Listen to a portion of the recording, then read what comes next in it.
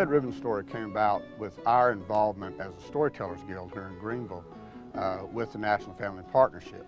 We had put on a storytelling festival the year before, which would have been '91, and then in '92, in doing another planning of another festival, the poster used that year by Greg Ramsey had drawn it, was hanging in the room, and one of the ladies with NFP mentioned that it'd be nice if we could have a story for the Greenville opening based on the poster.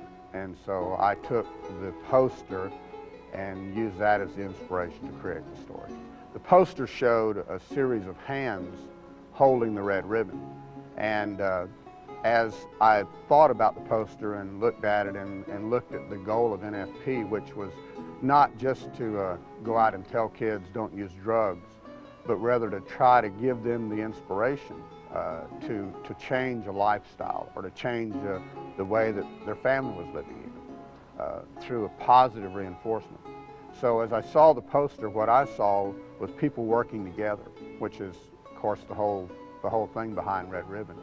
And from that, the idea evolved that rather than making a story about drugs, I wanted to make a story about people working together to help each other, to solve problems.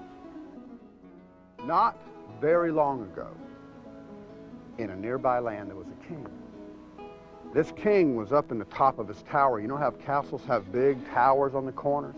He was up in the top of his tower, and he was looking down over the land. And when he looked out the window, he saw some really good things. He saw like forest with huge trees growing everywhere, and he saw farmland with all kinds of things growing, just all kinds of crops. And he saw the river running through the middle of the town, and there were all kinds of fish and everything in the river. And he should have been really happy. But there was a problem. There was this great sadness that covered the land. Nobody seemed happy. People didn't talk to each other. And most of all, the thing that made him the saddest, because he had a big old frown, was he didn't hear any children laughing. Some of them were even afraid to come out of their houses and go and play. Well, as a mailman, out on the streets delivering mail as a carrier, I come in constant contact with children, and I found out over the years that the mailman is probably the single person in the whole entire country that all kids have a positive attitude towards.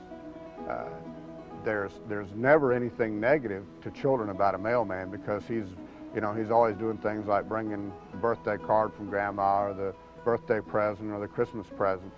And so they feel real comfortable around a mailman. I told our postmaster, Keith Oglesby, here in Greenville, when I was talking to him the day before I went to talk to him about Greenville becoming involved in the Red Ribbon aspect, I said I was standing in a McDonald's, and a little girl came up just out of the clear blue sky. I was in uniform, and just threw her arms around my legs and was hugging me. And her mother came up all embarrassed and explained that her grandmother had sent her a birthday present, and she had just gotten it.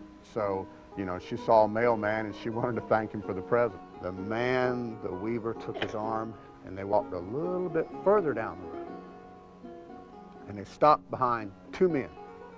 Now, these weren't old men, and they weren't little kids or anything. They were just two big, strong men, and they stood there, and each one of them held the ribbon up over their head, but they weren't even looking at each other. One of them was standing facing this way, and one was standing facing this way, because you see, they weren't the same color, and they didn't live on the same side of the river, and so they thought, we're too different to have anything in common. I'm not going to talk to him. They both thought that same thing. But after a while, standing there holding the ribbon, and neither one of them was going to leave, because they weren't going to be accused of letting the ribbon touch the ground. After a while, they got a little bored just standing around, not talking to each other. So one of them finally gave in, and he said, "Don't you have the farm on the other side of the river? You grow all those big crops. You got cantaloupes that are this big around, and watermelons it takes two people to carry." I see the book, which, of course, by the way, there was never an intention of a book. It was just a story. And it evolved into a book because I think that people began to see, myself and those that were involved with it, that here was the opportunity of a really great teaching tool, something that could be converted into a book and to use to teach kids and bring about a positive message, a solution to problems versus what the problems were, because the book never mentions drugs. It's not a drug story in any way, shape, or form. The setting is medieval times with knights and kings and castles and stuff. And so the story is a story of hope. The subtitle, the red ribbon, a story of hope. And it is. It's a story that to me and to those who become intimately involved with it is that changes can happen and that things can be made better. And what makes those things better are people, individuals starting at the very lowest level, families, communities, states, countries, nations, that it all starts with people, and that people take the time to talk, communicate, and be involved.